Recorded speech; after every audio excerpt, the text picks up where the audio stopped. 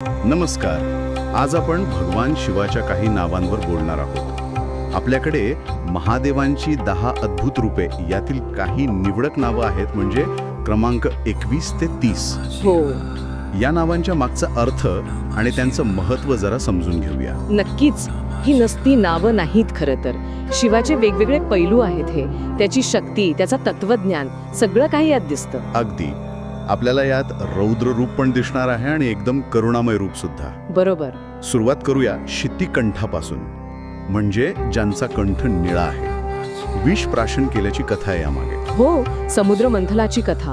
पण यात फक्त विष पिण्याची गोष्ट नाहीये. अच्छा, काय अर्थ आहे मग? याचा खोल अर्थ म्हणजे संकट स्वतःवर घेऊन दुसऱ्यांचं रक्षण करणं, म्हणजे जगाच्या कल्याणासाठी स्वतः त्रास सहन करण्याची शक्ती आणि एक प्रकारची शांत वृत्ती.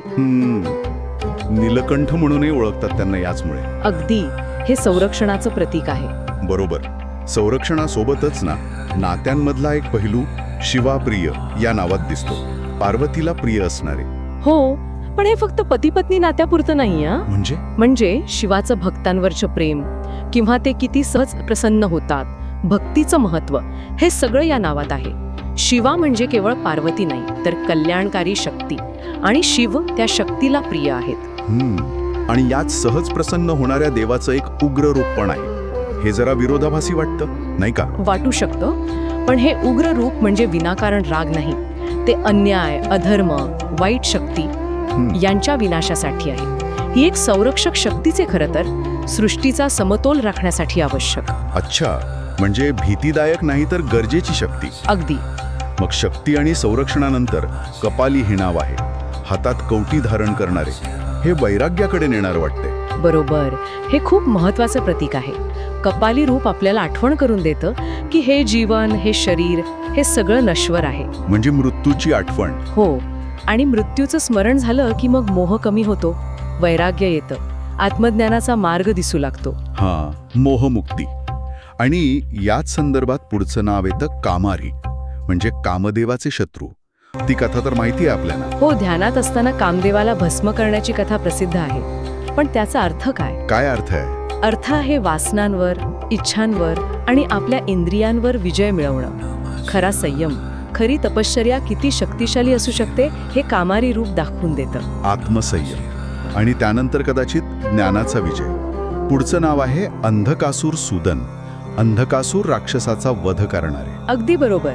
अंधकासूर म्हणजे फक्त एक राक्षस नाही. अच्छा. तो अज्ञान आणि अहंकाराचा अंधार आहे असं प्रतीक मानलं जातं. शिव ज्ञानाच्या प्रकाशाने हा अंधार दूर करतात. म्हणजे ते गुरु आहेत जे अज्ञान नाहीसं करतात. ज्ञानाने अंधार दूर होतो. आणि निसर्गावर नियंत्रण. गंगाधर हे नाव तेच दाखवतं का? गंगेला जटांमध्ये धारण करणारे. हो ना. गंगेचा वेग प्रचंड होता. पृथ्वी तो सहन करू शकली नसती. शिवाने तिला आधी आपल्या जटांमध्ये घेतलं, तिचा वेग नियंत्रित केला आणि मग शांतपणे पृथ्वीवर येऊ दिलं. हे फक्त नियंत्रण नाहीये, यात करुणा आहे, संतुलन आहे आणि पवित्रता तर आहेच. जीवन देणारी शक्ती त्यांनी पृथ्वीला दिली. नियंत्रणाचं अजून एक रूप म्हणजे तिसरा डोळा. ललाटाक्ष. कपाळावर तिसरा डोळा असणारे. हो, हा तिसरा डोळा म्हटलं की लोकांना फक्त संहार आठवतो. बरोबर. पण त्याचं महत्त्व त्याहून खूप मोठं आहे. तो ज्ञानाचा डोळा आहे, विवेकाचा, सत्याचा. भूत, वर्तमान, भविष्य सगळं पाहणारी दिव्य दृष्टी येते.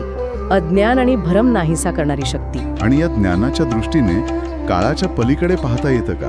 कारण पुढचं नाव आहे कालकाल. काळाचाही काळ, म्हणजे मृत्यूवर विजय मिळवणारे. अगदी. शिव काळाच्या नियंत्रणात नाहीत, ते काळाला नियंत्रित करतात. ते त्रिकालाबाधित आहेत, शाश्वत. हे रूप आपल्याला आठवण करून देतं की आत्मा अमर आहे. मृत्यू फक्त शरीराचा शेवट आहे, आत्म्याचा नाही. शिव अविनाशी आहेत. आणि या सगळ्या रूपांच्या पलीकडे किंवा या सगळ्यांना सामावून घेणारे एक रूप म्हणजे कृपानिधी. नावाप्रमाणेच कृपेचा सागर. हो, हे शिवाचं अत्यंत महत्वाचं आणि खूप सुंदर रूप आहे. ते किती दयाळू आहेत, किती क्षमाशील आहेत हे यातून कळतं. भक्तांवर निरपेक्ष कृपा करणारे, सहज प्रसन्न होणारे. अगदी. त्यांची कृपा अशक्य गोष्टी शक्य करते असं म्हणतात. हे त्यांचं परम कल्याणकारी स्वरूप आहे. खरंच अद्भुत आहे सगळं. एका बाजूला उग्र, कपाली, कामारी सारखी कठोर वैराग्याची रूपं, तर दुसरीकडे शिवाप्रिय आणि कृपानिधी सारखी एकदम प्रेमळ, करुणामय रूपं. केवढी विविधता आहे. बरोबर. हीच तर शिवाच्या समग्रतेची ओळख आहे. विनाश आणि निर्मिती, वैराग्य आणि प्रेम, नियंत्रण आणि कृपा, हे सगळे पैलू त्यांच्यात एकत्र आलेले दिसतात. प्रत्येक नाव एका मोठ्या जीवनतत्वाकडे आपल्याला घेऊन जातं.